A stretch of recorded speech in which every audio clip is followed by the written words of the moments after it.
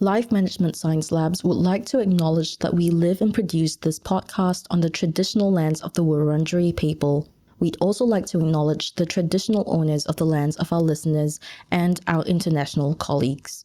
We'd like to pay our respects to their elders, past, present, and emerging.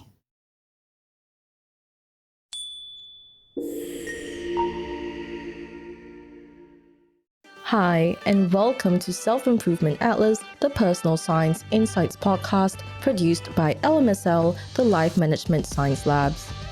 We are champions of life management science, providing structured insights informed by science and inspired by practice on key aspects of conscious living.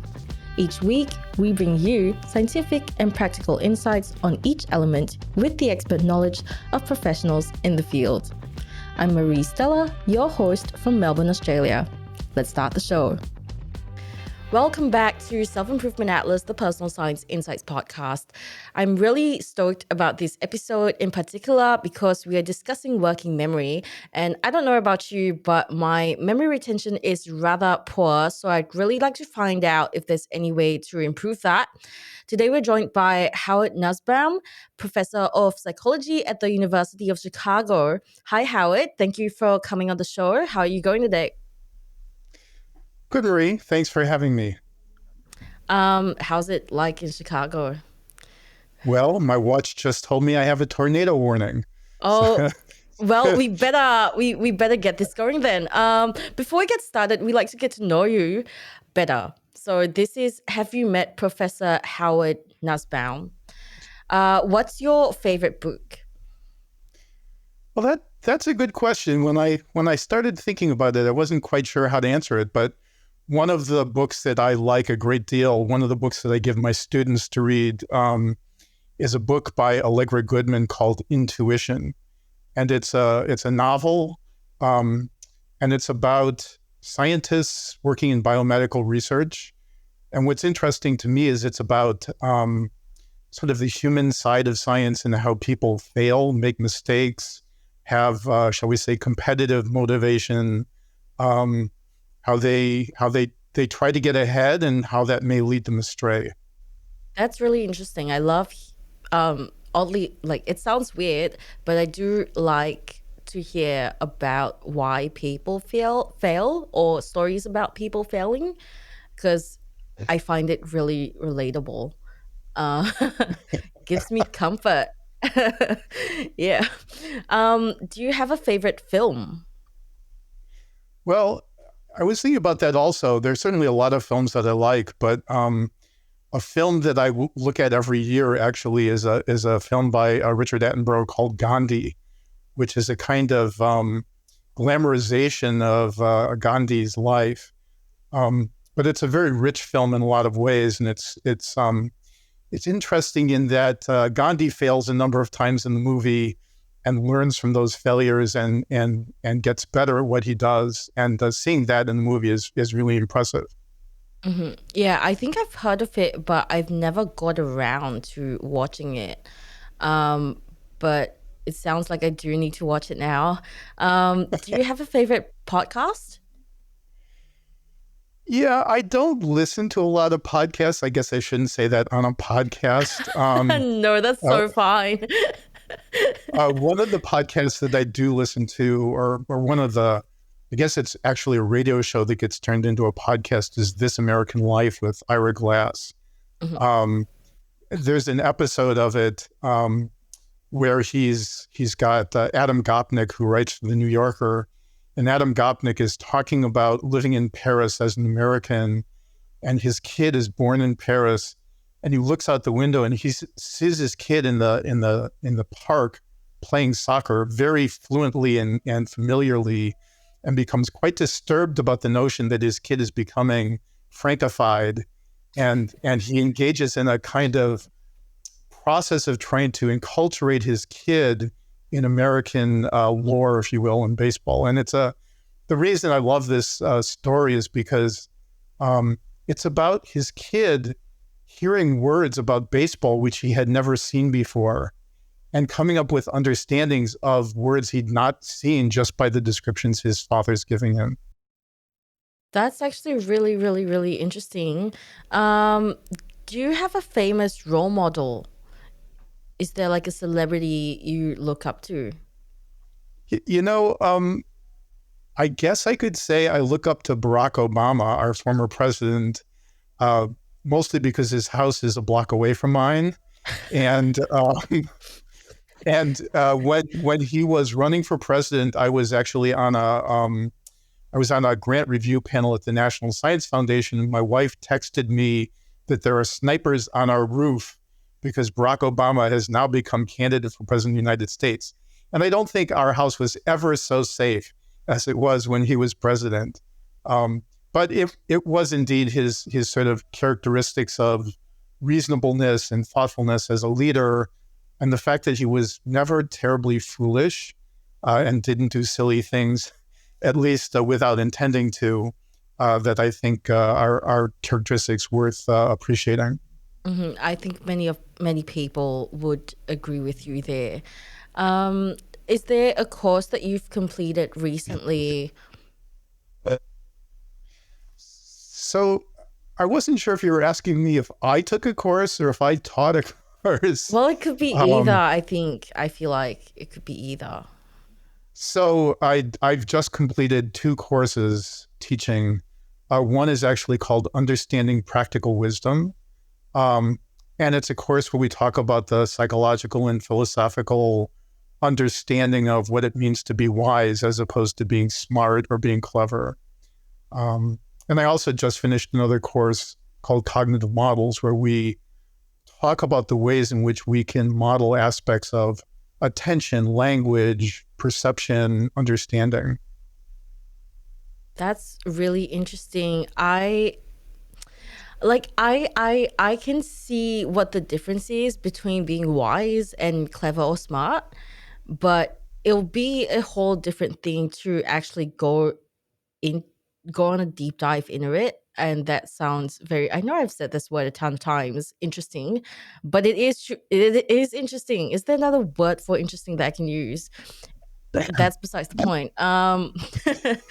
Anyway, thank you for sharing all that about yourself. Now that we've gotten to know you, we can start learning about working memory, what we're here for. Um, First off, how do you define personal development? That's a good question. It's not one that I would say I don't get asked that very often. Um, I think defining personal development is an interesting question because you can come at it in a lot of directions, a lot of ways. From my perspective, one aspect of personal development is just knowledge, building knowledge, understanding more things. Um, but I think a more important aspect of personal development I would call skills development. And I'm not talking about, playing golf or tennis or computer programming, but the kinds of skills that you have in terms of interpersonal interaction, in terms of planning, self-regulation, wise reasoning. I think those kinds of skills that are not generally thought of as skills are the things that we develop as a person.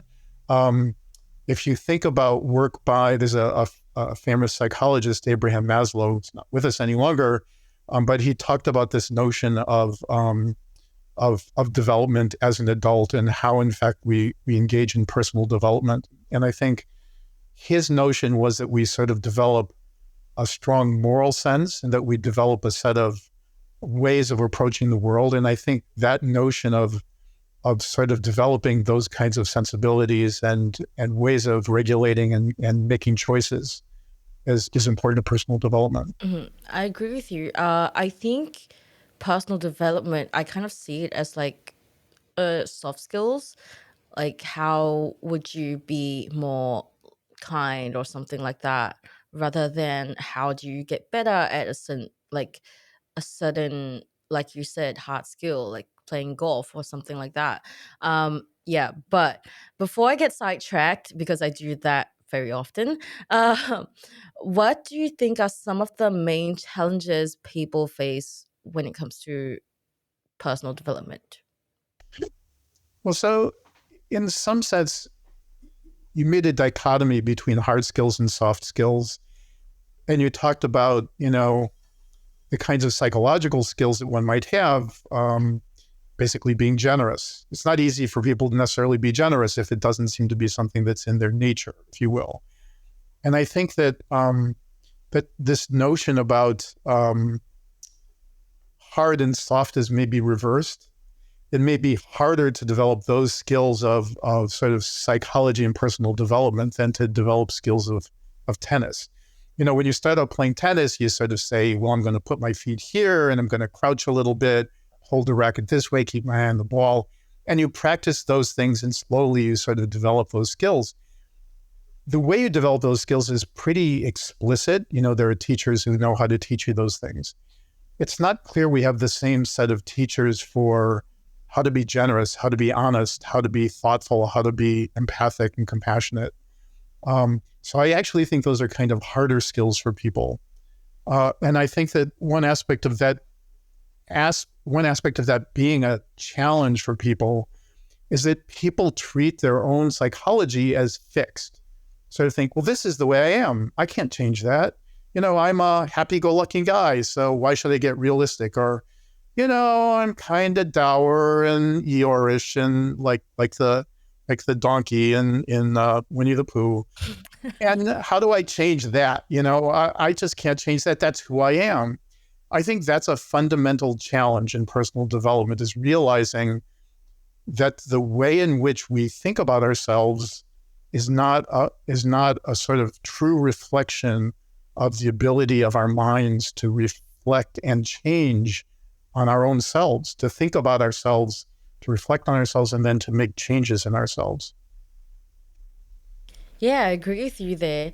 I think people also sometimes might not realize that just because you you want to like work on yourself or develop your personal growth journey, it doesn't mean that you have to change into a completely different person.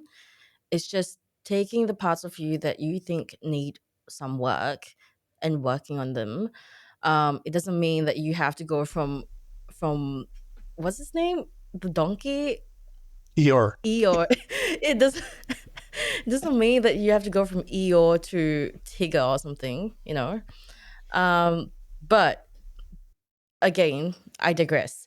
What does it mean to what does working memory mean, and how does it relate to personal growth? That's an interesting question. So personal growth is sort of a big thing, right? Personal growth is like, how do I be a better person? How do I be a better person for myself? How do I be a better person for my family? How do I be a better worker, a better, more thoughtful friend to somebody? Those are big things. Working memory seems like a small thing. Working memory is sort of like, if you tell me a phone number while I'm walking across the room to get my cell phone, how do I remember it from here to there? How do I hold on to a bit of information? And so they seem like very different kinds of things. The way that I think about working memory, and it's not the way everyone thinks about it, it's not the way all scientists think about working memory, is I think that it's a fundamental part of your cognitive armamentum, the cognitive tools you have for doing things. So you have tools like attention. What do I pay attention to, and how do I control my attention? What do I hold in mind? That's working memory. Holding things in mind is working memory. But by itself, it's just like a kind of snapshot of what you're conscious of. And you need to direct your consciousness at things in order to put them in working memory. So you have to focus attention someplace. And so let's say you're reading a book and you find yourself thinking about chocolate bars instead of what the story is, and then you find yourself napping. What happens is, these thoughts come to you and you hold them in working memory and they disrupt what you're trying to do. Or you focus on what you're trying to do, and by refreshing what you're thinking about, by holding that thought in mind, you're able to focus more strongly, more carefully, more selectively, and make use of that focus in order to keep working on something. And so working memory does a couple of things. It holds the goals you have in mind. So, for example, let's say you're trying to learn how to play guitar and you have a goal that you're working on of trying to focus on your timing. You want to improve your timing in playing. Well, you might sort of like the melody you're playing, forget about the timing. Essentially, you haven't held in working memory the goal of working on timing and how to do it. So working memory has limited capacity, can only hold a few things in mind, but those things are important because they're related to the behavioral goals you have, the things you're trying to do, and the things that you're looking at and keeping in mind as you're doing them. I never thought of it that way, and it has opened my mind a little bit to what I have to do when I'm reading a book, first of all, because I'm really bad at reading. And maybe that's why, because every time I open a book, I'm just thinking about something else and I skip through all the lines and I skim through pages and I don't even know they've been saying the whole time. And then I have to go back and read again. So yeah, I've learned something here. Uh, so, why do you think working memory plays a crucial role in personal development? So I think that it's so important in personal development because it relates to two elements that are critical. This notion of holding a goal in mind, what you're trying to do, and this notion of how you're trying to do it. So working memory is important to hold information in mind. And just as you were talking about the book, you pick up the book and you look at the first word and you're not engaged because you start thinking about something else. In that moment of mind wandering, when your mind wanders to other things, you need to sort of refocus to keep in mind that your goal is to read the book. And there are different things you can try to help your focus and to stay on task at that point in time, but you have to sort of engage those things. What you really want to do, this is part of actually in meditation, what you really want to do is sort of bring your mind back to what you're trying to do. So the minute you find yourself drifting away, you need to come back to what you're trying to do. Now, on the surface, that's hard to do. It's hard to do it in the moment. You're going to keep drifting away. But what's important, and the reason that this is important, is when you exercise that control of bringing your mind back to focus, it's not just in the moment that you're developing a benefit. It's control over your own mind that you're developing a benefit. So just like when you're doing weightlifting, the first time you pick up a weight, your muscles are not all that strong. You have to do it every day. You have to do a number of reps. You have to exercise different muscles. That process of bringing your mind back, of taking control of where your mind goes, which people think, oh, my mind goes where it wants to, so I don't have any control over it. By taking charge of it, you're actually developing the kinds of skills necessary for its use in other kinds of things. And so it takes time, it's slow, but you're strengthening it. I'm definitely guilty of that statement you said just now, but oh well, my mind goes where it wants to. So yeah, I'm definitely going to try and take control of my wandering mind. It is a lot of work though, uh, and a lot of self-discipline. Because someone has tried to get me into meditation before, and I've tried like a few times, and each time it just doesn't work out. So at some point, I was like, I'm going to give up. But maybe I'll start with a book. Maybe that would be easier. Do you have any advice for how to maintain or improve our working memory? I know you already said something about like, the whole taking control of your mind, but do you have any other little tidbits of information that our listeners can use?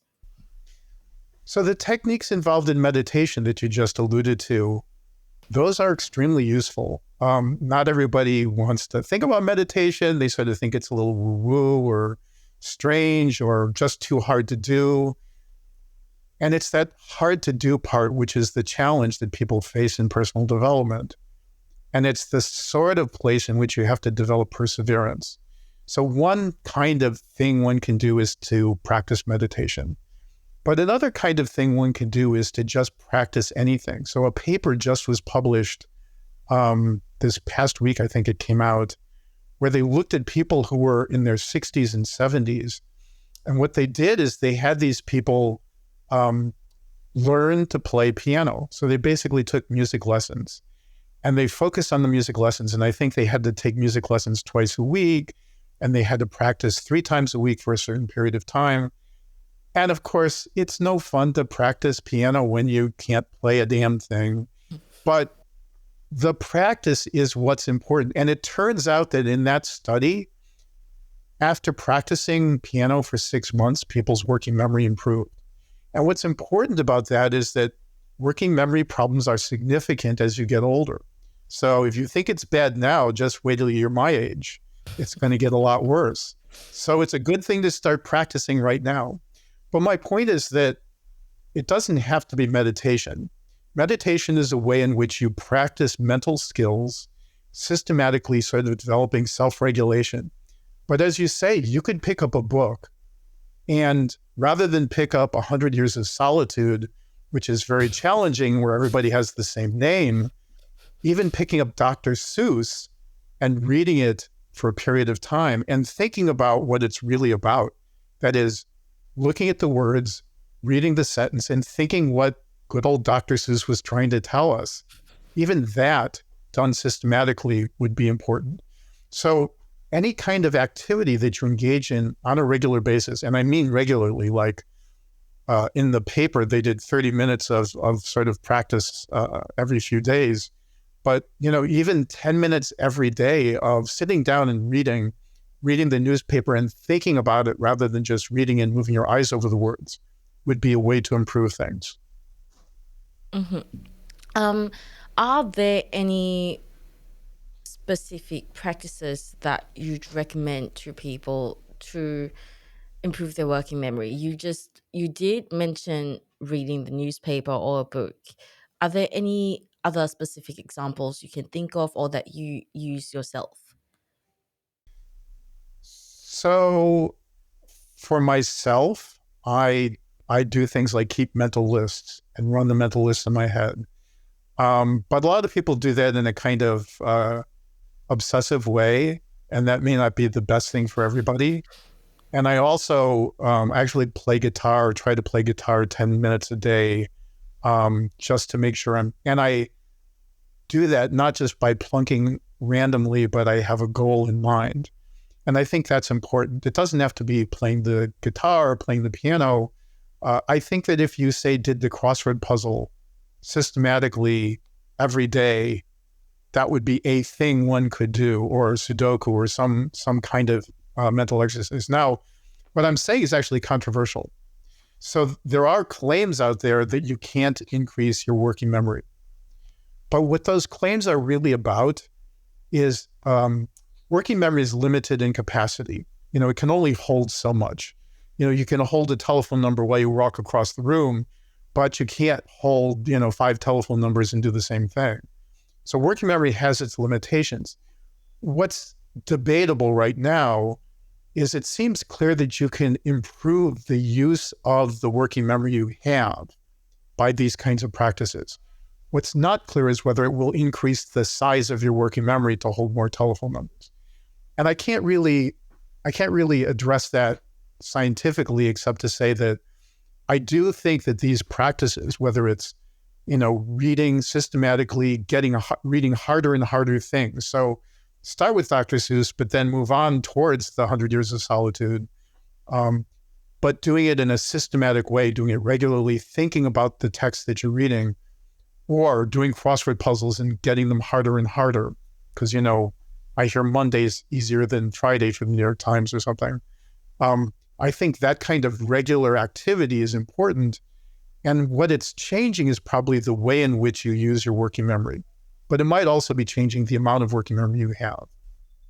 That's interesting. I actually drew a couple of them myself without realizing. I used to do the New York Times crossword with my ex-partner, and that was I mean, I was pretty not good at it at first, but like it took me a while to get the hang of it. But I haven't done it in a while, so maybe I could go back to that. And I do play the guitar every day. So that's something I didn't even realize I was doing. Um, yeah, But I think fine. what's important about the playing the guitar is to make sure that when you start playing, you have a kind of goal in mind. That Mhm, is, you're working towards something. So, I mean, it's really easy to just pick up the guitar and run through some chords and not think about what you're doing, but just that's a nice melody or playing a tune you know. Working on improving your timing, mhm. the metronome, or learning a more complex piece or trying something you haven't tried and working on it, I think is an important aspect of this. Yeah, that's a good point. I come to think of it, I don't really like. I pick up the guitar and I just play aimlessly because I've been playing the guitar. I've been playing it. I've been playing it. Oh my god, I can't say this sentence. Because I've been playing the guitar for over a decade now. Um, and I'm classically trained. So my first instinct is just like, oh, you already know all these. Just play it for fun. And then, like, gives you a bit of an ego boost. But I guess now I'll have to definitely practice with the metronome because I'm really bad with that. I feel like every time the metronome's there, I get confused because I'm always rushing. So I should definitely sit down and do that. Um, So that confusion is important because it's a signal that in essence, you're not, shall we say, sharpening working memory. mhm, So you get confused actually when you lose track of things. That's what it means to be confused mhm, or to mix things up. And what that means is that you've sort of stopped exercising your working memory. And so sort of keeping the notes in sequence and in time and working at that. And you may not succeed. In other words, so part of the earlier challenge that we were talking about is it's hard. It's not easy. So what you want to be doing is persevering through, even though you're not doing what you want to be doing, because you're moving towards that challenge and working for the long term instead of the short term is what's critical, I think. mhm. Yeah. Um, I think, I guess in that sense, people can look at these practices and go like, oh, I can actually incorporate them into what I'm already doing instead of going out there and finding something that I don't actually want to do. Like, let's say if someone doesn't read a book or has no interest in reading, yeah, maybe do something else that you'd actually want to do, and that you find you personally benefit from, but also maybe read a little bit, just a little bit. It could it could be good for you. So now we're moving on to questions from the audience. This will just take about 5 questions, or no, it's less. It's 3 questions, and we have about 10 minutes. um, so, what are some specific ways in which working memory impacts our cognitive abilities and learning processes? So we know that there's a relationship between working memory and your measured intelligence, IQ. We don't know exactly what the relationship is between them, but if you look at an intelligence test, you look at how intelligence is measured. Intelligence tests do things like you look at a pattern and then you have to complete the pattern. So you have to hold images in mind and find the ones that match. That's using working memory. It's holding something in mind, moving something else into mind, and then comparing them and to try to find the ones that match. So one of the things we do with working memory is we hold something in mind while we're solving a problem or while we're working on anything.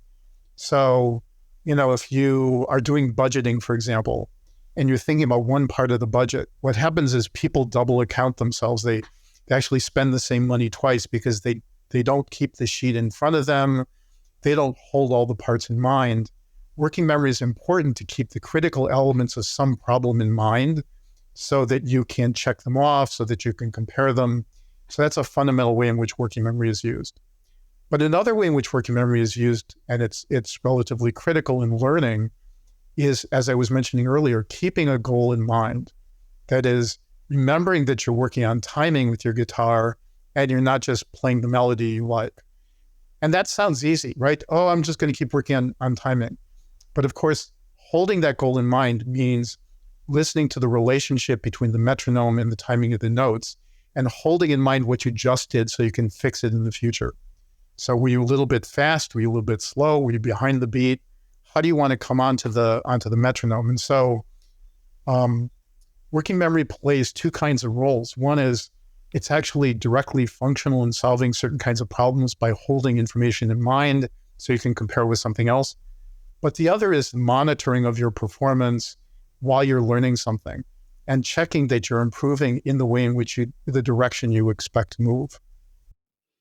Yeah, that sounds like a lot of work, like I've said before, but I will persevere. I will make you proud, Howard. I promise you. I'll send you a video of me playing the guitar with the metronome. I will make you proud. I have let down people before, not this time. Um, Next question. How does working memory influence our ability to manage stress, multitask, and adapt to new situations? So I don't know if it helps manage stress. I guess one way it could help manage stress is that we feel stressed. A number of people feel stressed when they have tasks to complete and they feel like they're losing track of them. And so if in fact you can sort of monitor your progress and hold that in mind, that may be stress reducing. But in general, working memory is probably not the number one thing that you use for stress reduction. What were the other two things that you mentioned? Multitasking and adapting to new situations. So in terms of multitasking, that's actually a key part of working memory. So even back in, I won't say it, when I did my dissertation, I won't name the year, I worked on people listening to speech in two of their ears at the same time. In other words, someone's talking here and someone's talking there, and you have to process information in both of those channels instead of just listening to one person. In order to do that, you have to hold on to the information that you're not processing while you're processing something else.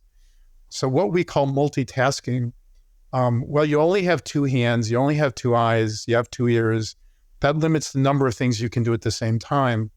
But what you can do in multitasking is buffer one task while you're working on another task. That's exactly what working memory is for. Working memory holds on to the information for one thing while you're doing something else, and then you can come back to it. And in terms of adapting to situations, I think that comes under the heading of the learning that I was talking about before. So we do a lot of studies of people learning hard to understand speech. So imagine somebody who speaks English with a foreign accent. I guess that would be me in this circumstance. So I will say, you asked me, what did you ask me at the outset? How's it going? How are you How are you going? going? Yeah. How are you going? Yeah, Yeah. we don't say that. Like Yeah. we'd say, how are you doing? So I had to think for a second, what are you asking me there? And in order to do that, I had to hold that phrase in mind and compare it to other things that I know and the situation that we're in. So we adapt to new situations by holding information in mind, using the context of the current situation and comparing that to what our expectations are about that new piece of information. That's really, really, really interesting. I love that you used just like before as an example. Uh, Brilliant work. um, are there any developmental stages or periods in life where working memory has a more significant impact on personal growth and learning? I think, unfortunately, I think working memory is always important in personal growth, Mhm. but we don't pay attention to it mostly because it just works. And for those of us who have problems, so there's a case called HM, which is a famous case of a person who had a bilateral surgery in his brain, and as a result, he was not able to learn new information. And largely it was because he could only hold on to the present. He couldn't transfer information from working memory to long-term memory. He couldn't hold on to it, consolidate it into long-term memory, we'd say, or stabilize it. When you get older, like my age, what happens is your ability to use working memory becomes diminished, or at least statistically, people who are older, like over the age of 60, start having problems using working memory. And so what that means is you stop being able to hold on to the goals you thought you had when you started to do something. Like, we were talking about this question and I forgot 2 parts of it. That's a working memory problem right there. And I have to say that, when I was 20, I probably would have remembered those 3 things and all the questions before. But now I have to prompt you and get it back because, it fell out of working memory. Yeah, oh gosh, I feel like this is bad news for me because me at 25, I would have done the same thing as you just did. So yeah, gotta get my working memory sorted. Thank you for answering these questions. Now we are moving on to the open mic where you can talk about anything that you're passionate about, however boring it might be, because it's not boring. As long as you are passionate about it, you have the floor. So I guess the thing that I feel most passionate about in terms of the kinds of things we're talking about is wise reasoning. So I mentioned that we just finished teaching a course called Understanding Practical Wisdom. And I also mentioned that we distinguish the difference between wisdom and cleverness and smartness. And you can sort of think about those, but people don't know, do I have to be Yoda to be wise? I'm not King Solomon. I'm not going to be King Solomon. If it were up to me, probably the baby would get cut in half in the King Solomon story. That would not be a good outcome. When we teach this course, one of the things that we spend a lot of time thinking about is how to explain to people what wisdom is. So it's not just a superpower. It's not sort of something out of a movie or mythic or historical. And in that respect, we talk about the fact that we have to use working memory in some sense. We don't actually talk about it in the class directly that way, but we have to use working memory because what we're engaged in when we're engaged in wise reasoning is trying to come to a resolution about a conflict between values that we have. In one of the papers that we read for the class, there's an example. And the example is a friend of yours is getting married, and she's trying on her dress, and she asks you, what do you think of the dress?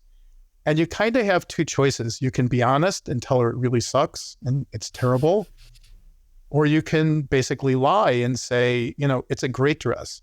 And of course, they're both good things. Honesty is a virtue, but compassion and friendship and support of your friend is a virtue. This is an example from Schwartz and Sharp in a chapter they wrote.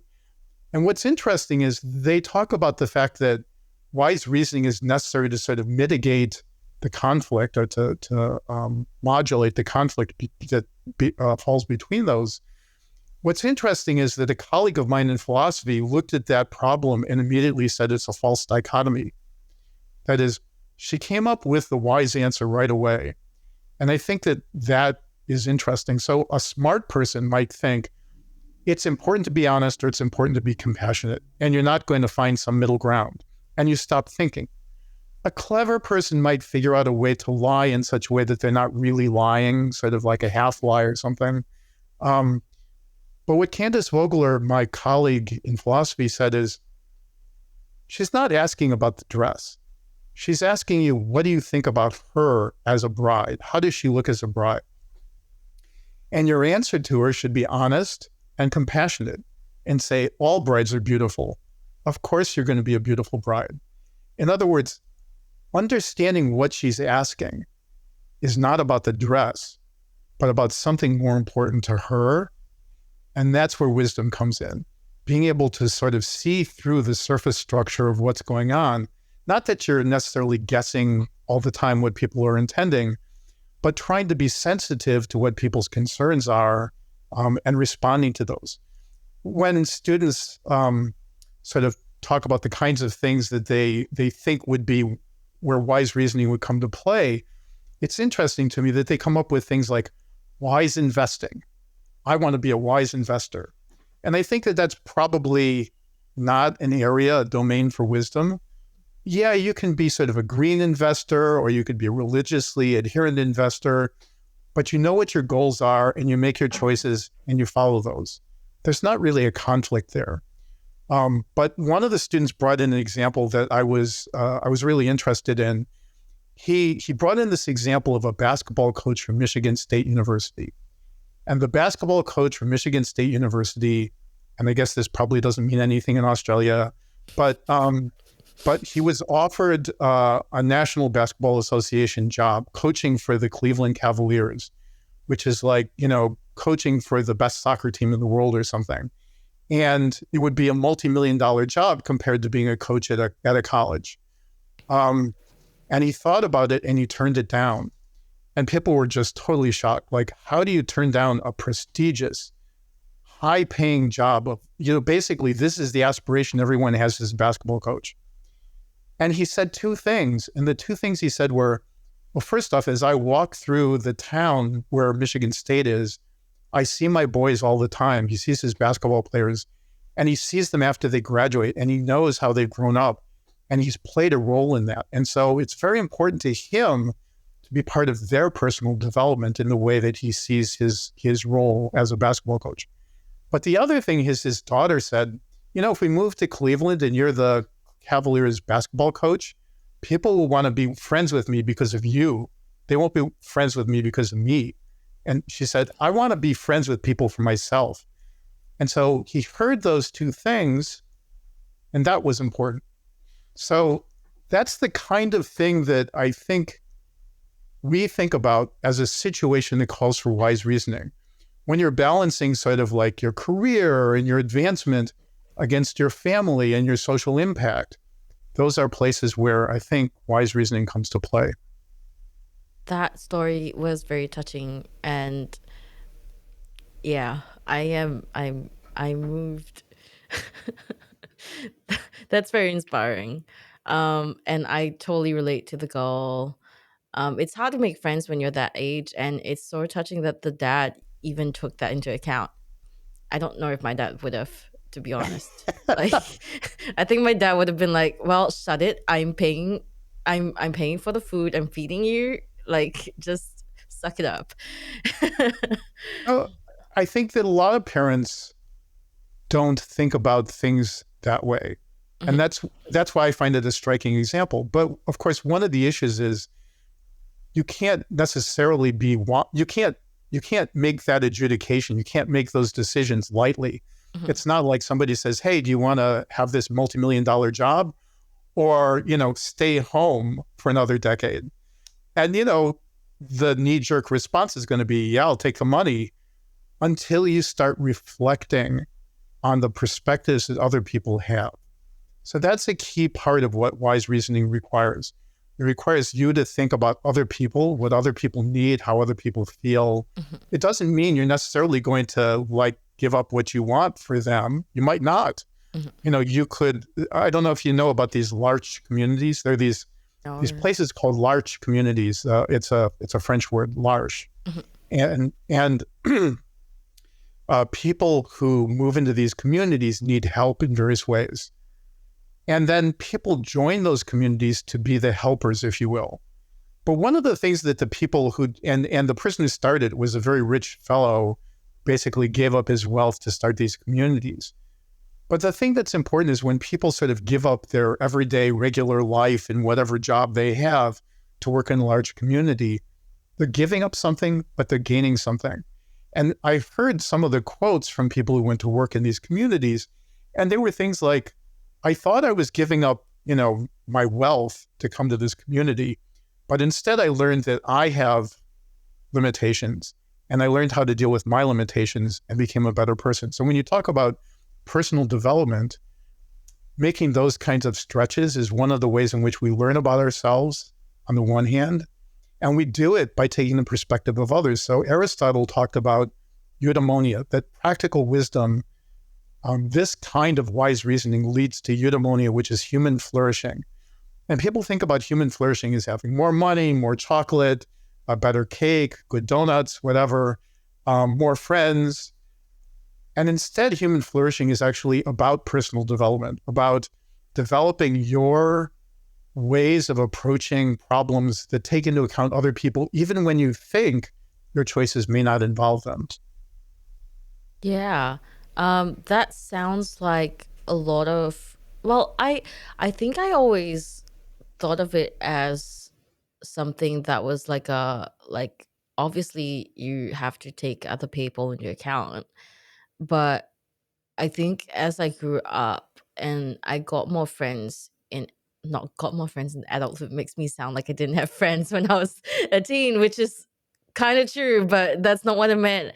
Um, as I made new friends in my adulthood, I noticed that sometimes some people don't necessarily do that. It's not like second nature to them. And I'm not saying that I'm wise or anything or use wise reasoning or anything like that. It's just like I just always took other people into account first and not in a I don't mean to say this in like a self-righteous manner, but it's just like what I was taught to do. Um, but I noticed that not everyone does that. I thought it was just something that everyone did. So that's really interesting, and maybe in the future I'll do it with more like consciousness. Is it important? I don't know. I think that's all the questions that we have.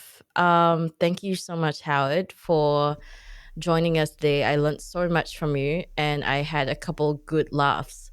So that's always really fun. Thank you so much, Howard, for joining us today. If our listeners want to find you, where can they go? Well, thank you, Marie. You can find me at the Center for Practical Wisdom, which I'm the director of, which is a website at the University of Chicago.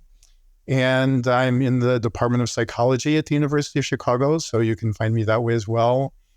And I do have a Twitter feed that I am now questioning whether I want to keep using under the current regime, but probably you can find me that way too. Well, there's Threads now, so you could probably jump on that bandwagon. Not yet. At some point, maybe we'll see you there. Yeah. Thank you for tuning in, and we'll see you next episode. You've been listening to the Self-Improvement Atlas, the Personal Science Insights podcast produced by LMSL, the Life Management Science Labs. For more episodes like this from 10 different life management perspectives, search LMSL on YouTube, Apple Podcasts, Google Podcasts, and Spotify, or wherever you listen to podcasts so you can get updated on everything we have to offer. We have a wide range of topics readily available for you to check out. If you enjoyed this episode, please consider rating our show, sharing it, and subscribing to our channel, as it helps us grow and bring you more quality resources. More of our work can be found on our website at pe.lmsl.net, where you can join our movement. I'm Marie Stella. Thanks for tuning in.